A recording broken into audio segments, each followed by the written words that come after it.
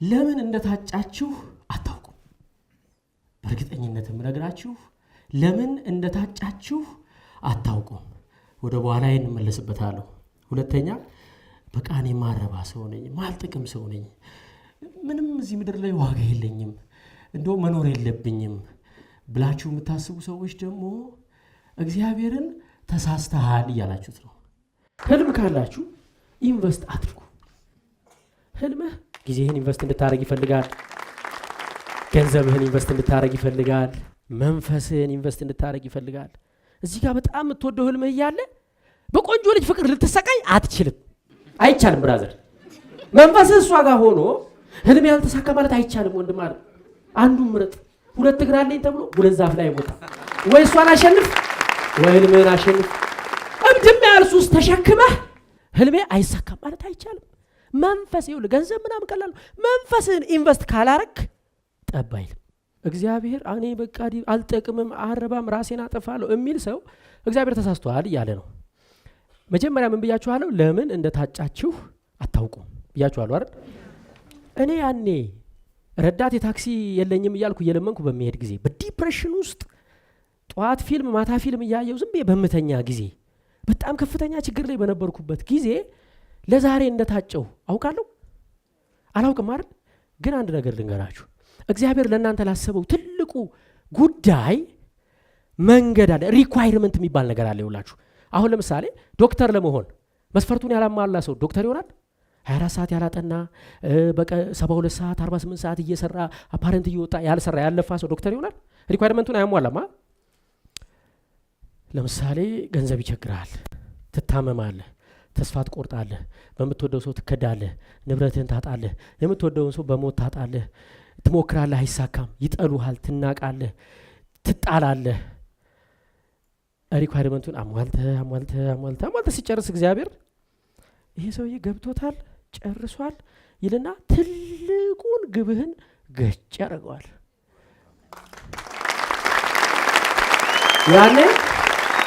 ያኔ ምንድነው? አንተ ለተራበ ታዝናለህ። ለምን? ታውቀዋለህ። ለተጠላ ታስባለህ፣ ተጠልተሃለህ። ለተቸገረ ታበድራለህ፣ ተቸግረሃለህ። ሪኳይርመንቱን ታሟላለህ። ሳታሟላ እንዴት ነው ስልጣን የሚሰጥህ? እንዴ አላሟላ ነው እንዴ? በኮሜዲም ብር ላግኝ በዩቲዩብም ይምጣ የተገኘውን ገንዘብ በጠቅላላ ስራው ላይ ነው የማወራው። ልክ ይሄ ሲሆን እኛ ሀገር አንድ ትልቅ ፍልስፍና ነው አሁን የምነግርህ። አካውንቴን ልታይ አይደል? አሁን እኛ ሀገር ምን አይነት አመለካከት አለ? እኔ በጣም የተዋጋኝ የከበደኝ፣ ምናልባት ሌሎች ሰዎች ከብዷቸው ይሆን አይሆን አላቅም፣ እኔ ግን ከብዶኝ ነበረ። ምንድነው? ድሃም ስትሆን በዙሪያ ያሉ ሰዎች የመጨረሻ መናጢ ነው የሚያደርጉ። እውነት ድሃም ስትሆን በልተህ የምታድር አይመስላቸውም። አንተ እኮ የልጆችን ትምህርት ቤት ከፍለህ ሚስትህን አስተዳድረህ ቤት ኪራይ ከፍለህ እየኖርክ እኮ ነው። ግን ጂንስ አቀይርም፣ ጫማ አቀይርም። ግን እኮ በቃ ብድር እኮ አልጠየቅም፣ አልለመንክም። ግን ምንድን መቼ ነው የሚያልፍልህ አንተ ይሏል። ምንድነው? አይ በቃ ከኩን እያከከ ምናምን ይላል ሰው። በቃ አንተ እየኖርክ ነው፣ አንተ እኮ እየኖርክ ነው። ፈጣሪን አመስግን። ደስተኛ እኮ ነህ እኮ። ጥሬ ቆርጥመህ you are happy እኮ ሆነስት ነህ። ሰው ከድህነቱ ዝቅ አድርጎ ነው የሚያስበው። ድግስ ሁሉ ላይ ጠራ ይችላል፣ መዋጮ አይጠራም፣ አይነግርም። የሆነ ነገር ሆነ አይ እሱ ምን አቅም አለው ታውት እሱን የእሱን እኔ እከፍላለሁ ምናምን ይላል። በቃ ያሸማቅቃል። ከድህነትህ በታች ነው የሚያስብህ።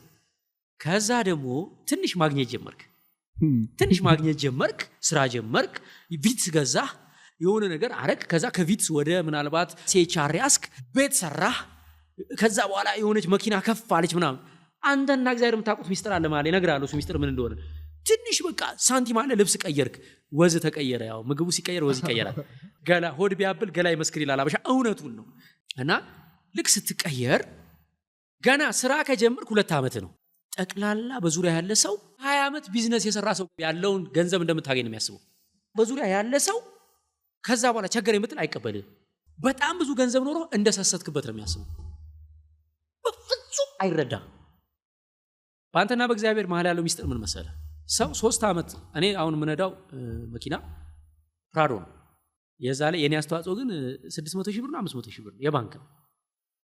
ባንክ ነው የገዛው። ይሄን መኪና 1 ወር ክፍያ ባቆም እንገናኛለን ታክሲ ላይ ሰልፍ ላይ ማለት ነው። ምን ማለት ነው? በጣም ብዙ ሰው በ3 ዓመት ቢዝነስ V8 ሲነዳ ታየዋለህ። እንትን ጀመርኩ ይልሃል፣ ፎቅ ጀምሬ ይልሃል፣ ፋብሪካ የሱ አይደለም። የፈለከውን አብርሽ እኔ እናንተ እንውጣ በመስኮት የፈለከውን ዘመናዊ መኪና አስቁመን እስኪ ሊብሬ ያሳየኝ በሉ። የለም ባንክ ነው። የፈለገ ቢሊዮነር ነው ማወራ። ይኸውልህ ሁለት ነገር ነው ሳይገባኝ ቀርቷል። ባለሀብቶች ብሩ ቢኖራቸው ራሱ በብራቸው ፎቅ አይሰሩም፣ በብራቸው ቤት አይገዙም። ለምን? ሪስኩን ባንክ ሼር እንዲያደርጋቸው ይፈልጋሉ። ኤቭሪባዲ በባንክ ነው የሚንቀሳቀሰው። እኔ ይሄንን በግልጽ ማወራው ለምን መሰለህ? ለምሳሌ እኔ ጓደኛ አለ እኩያዬ ነው ምናምን ከኔ ቀድሞ ነው ስራ የጀመረው። 10 ዓመት እየለፋ ነው የሆነ ሱቅ ነገር ወይ ህንጻ መሳሪያ ከፍቶ እያለ ነው ምናምንና እኔ በፕራዶ ሲሄድ ሰዎች ያዩና ያው እሸቱ ከኋላ ተነስቶ በፕራዶ ሄዳል፣ አንተ እዚህ በቪትስ ተንኮራኮራለህ። ሞራሉን ይነኩታል። ቪትስ እኮ የሱ ነው፣ ሊብሬ ያለው። አይገርምም? የሆነ ችግር ቢገጥመው መሸጥ ይችላል። እኔ አልችልም። አይኔ ያየ ፕራዶ እንደቆመ ነው ችግሬን የምጋፈጠው። ሀብት በሁለት አይነት መንገድ ይመጣል። አንደኛው በሌብነት ነው፣ ሁለተኛው በብድር ነው። በቃ አሁን እንደነገርኩ ነው።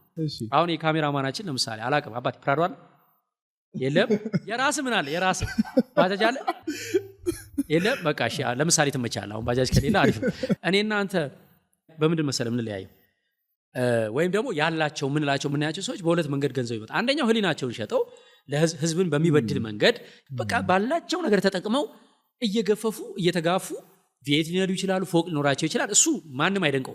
አንተና እኔ በምን መሰለህ የምንለያየው? ካሜራማን እኔ የማገኘውን ገንዘብ በሙሉ ስራዬ ላይ ስለማወጣ ሳገኝ ኮምፒውተር ነው የምገዛው፣ ሳገኝ ማይክ ነው የምገዛው፣ ሳገኝ ሾው ነው የምቀርጸው።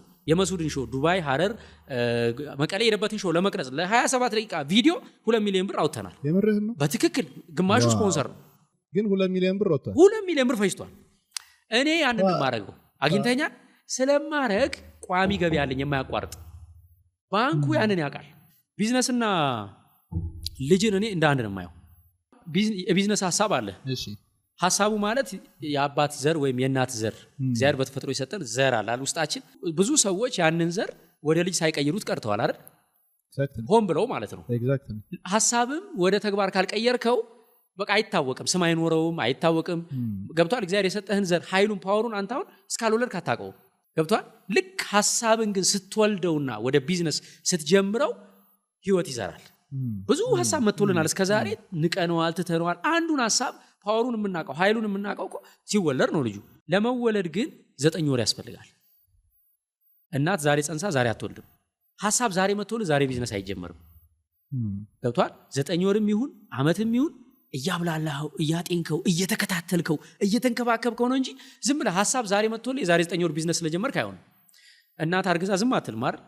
ዚንክ መድኃኒት ትወስዳለች አይደል? ትንከባከባለች። እንዴ ኤክስሬ ሄዳ ታየዋለች። አቀማመጡ ትክክል ነው ወይ ምናምን ክትትል እኮ ነው፣ እንክብካቤ ነው። የቢዝነስን አይዲያ በደንብ ፈርታይል የሆነ ቦታ ላይ ለመውለድ ገባ። ዝም ብሎ ይወለዳል? አሁን ቤት ውስጥ አይወለድም እኮ አሁን ተከልክሏል። በባለሙያ ነው የሚወለደው። ቢዝነስኛ ዝም ብለን ነው የምንወልደው። የሆነ ቤት እንከራይ ሽሮ ያዋጣል በቃ እኛ ነው የምንወልደው።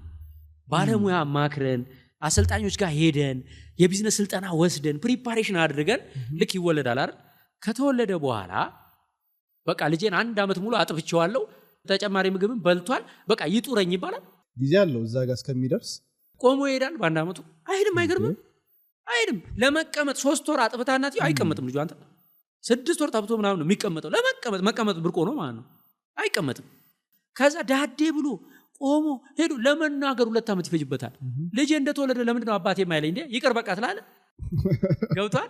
ከዛ በ5 ዓመቱ ምን አባቱ ነው ሰርቶ አይመጣም እንዴ ልጅ? እንዴ የራሱን ወጪ እንኳን የዳይፐሩን አይችልም እንዴ? ምን የልጅ አትሳካልኝም ትላለህ። በጭራሽ። ቢዝነስ እንደዚህ ነው፣ አጨመላለቅ ነው። ኢንቨስት ማድረግ አንፈልግም። ኢንቨስት የምናደርገው የ3 ወር ኪራይ ነው፣ የ6 ወር ኪራይ ነው። ወይም አንድ ካሜራ ገዝተን እንጀምርና ከዛ እንዴ ራሱን አይችልም እንዴ አይከፍልም እንዴ ቤት ኪራይ፣ በቃ ይዘጋ፣ ሌላ ልክፈት። ልክ የ5 ዓመት ልጅ እንዴ አይጦረኝም እንዴ ሌላ ልውለድ እንደማለት ነው። ከዛስ 18 ዓመት ሞልቶት ራሱ ልጅ ላይጦር ይችላል። ቢያንስ ራሱን ከቻለ ጥሩ ነው። አሁን ውጭ ሀገር ራሱን ይችላል 18 ዓመት ሲሞላ እንጂ እዚህ 28 ነው መነሻው፣ 28 ነው። ያስማማናል። አሁን ምን ልል መሰለህ ባጭሩ እኔ ስቲል ኢንቨስት እያደረኩ አልቆምም። ራሱን አልቻለም። ዶንኪቲው ራሱን አልቻለም በሁለት ምክንያት ነው። አንደኛ እኛ በቃ አሁን ያለበት ሌቭል በቃን፣ ከዚህ በኋላ እስቲ ይምጣና ቤት እንስራ፣ ቤት ልስራ አላልኩም። በጣም በዙሪያ እሺ መሬት ምርጥ መሬት አግኝቼልሻለሁ 2 ሚሊዮን ብር ነች፣ ግዴል ግዣትና ያዣት። ሲጀመር 2 ሚሊዮን ኖሮኛ ያቀም በካሽ ደረጃ ማለት ነው። ግን ይቆማል። ዶንኪቲው ቀጥታ ነው የሚቆም። ልክ ቤተክርስቲያናችን አናት ላይ በኢትዮጵያ ኦርቶዶክስ ተዋሕዶ ቤተክርስቲያን የሰጎን እንቁላል ይደረጋል። ሰጎን እንቁላሏ የሚፈለፈለው በማየት ነው አይደለ?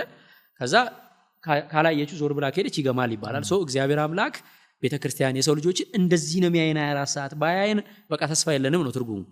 እኔ 1 ወር ከቢዝነስ ላይ አንስቼ ሌላ ነገር ባደርግ ተበላ ገማ ማለት በዚህ ደረጃ ሴንሲቲቭ ነው። ግን አም ሃፒ ምን ማለት ነው? የኔ ብራንድ ቫልዩ ኮሜዲያን እሸቱ ለኢንተርቪው ትፈልገዋል የዛሬ 5 ዓመት አንተዋወቅም መጥቼ ህልም አለኝ በእናት አብርሃምዬ ፖድካስት ላይ እንደው ላውራ ህልም በጣም የሚገርም ህልም አለኝ እንደው በእናት በቃ ቪው ታገኛለህ አይሰራማ። ጨራሽ ዛሬ ግን ጥሪው ራሱ ግብዣው ካንተ ነው ይመጣልኝ። የኔ ብራንድ ቫልዩ የጨመረው ቤት ስላልሰራው ይሄኔ መሬት ገዝቼ ብዙ ቤት ያለው ሰው አለ ለምን አምታጠይቀው ፎቅ አለኝና ኢንተርቪው አድርገኝ ቢል ታረጋለህ? አታረግም። አየህ የኔ ብራንድ ቫልዩ ከቀን በቀን ያደገ አሁን ለምሳሌ ዶንኪ ቲዩብን ልሽጥ ብል በቃ እኔ ቤት ያስፈልገኛል አፓርታማ ልግዛ። አሁን አፓርታማ 25 ሚሊዮን ብር ነው ባለ አንድ መኝታ ምናምን አንዳንድ ቦታ ልግዛ ብል 25 ሚሊዮን ብር አይሸጥም ዶንኪ ቲዩብ? ከዛ በላይ ያወጣ ይሸጣል። ከዛ በላይ አየህ ለሰው አይታይም። እኔ የምሰራው ቤት ለሰው አይታይም። ኢንቨስት ስታደርግ ለሰው አይታይም። አንተ ምርጥ ሬስቶራንት እየገነባህ ነው። ብር ስታገኝ ሶፋ ስትጨምር፣ ብር ስታገኝ ቀለም ስትቀባ ሰው መቼ ነው አንተ ቤት የምትሰራው ይላል። 2 ግንባታ ባንዴ በቃ ለ2 ጌታ መገዛት አይቻልም። የገንዘብ ኮንሰፕት የኔ የገንዘብ ኮንሰፕት ኤቭሪዴ ኢንቨስት እያደረጉ ትልቅ ብራንድ መገንባት ነው። ከዛ በኋላ ምናልባት ቤት የሚባለው ነገር ለኔ አንድ ካምፓኒ እሺ እስቲ ምረጥና ቤት ውሰድና ማስታወቂያ ስራ አየው። ስለዚህ ከገንዘብ አንፃር ከሆነ የምናወራው እኔ ይቅርታ አድርግልኝና እግዚአብሔር በቸርነቱ ይጠብቀኛል እንጂ ምናልባት አንዳንዴ የምታከምበት ላይ ኖረኝ ይችላል። አሁን ከፍቻ ሳያለው አካውንቴ ማለት በደንብ እንግዲህ ስለሰራው እሷን እየጠበክ ነው። እንደዛ ከሆነም አሁን አላሳይ መጨረሻ አይነ ማሳይክ ይቁረጥ ወደ